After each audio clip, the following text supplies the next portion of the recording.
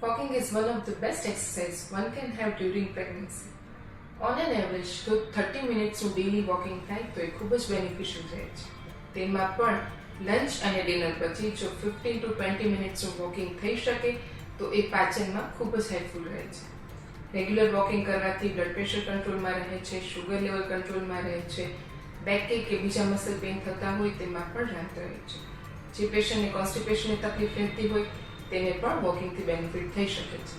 વોકિંગથી mood સારું રહે છે, એનર્જી લેવલ પણ સારું રહે છે અને વધારે પડતું વેઇટ ગેઇનને કંટ્રોલ કરવામાં પણ વોકિંગ ખૂબ જ બેનિફિશિયલ રહે છે. પરંતુ વોકિંગ કે કોઈ પણ એક્સરસાઇઝ શરૂ કરતાં પહેલાં તમારા ગાયનેકોલોજિસ્ટને કન્સલ્ટ કરવું ખૂબ જ જરૂરી છે.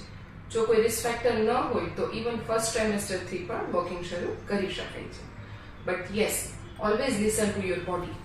જો વોકિંગ દરમિયાન તમે બ્રેથલેસ ફીલ કરો, ચક્કર આવે, વજાઇનલ બ્લીડિંગ સ્ટાર્ટ થાય કે વધારે પડતો પેઢીમાં દુખાવો થાય તો પણ ગાયનેકોલોજિસ્ટને કન્સલ્ટ કરવું ખૂબ જ જરૂરી છે.